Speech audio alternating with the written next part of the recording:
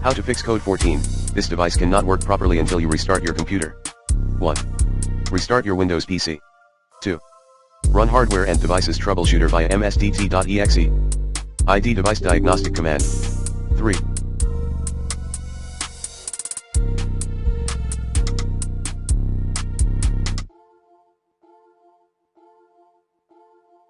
Run Windows Update. 4.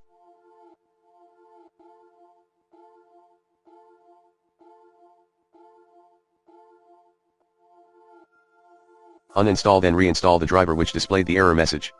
5.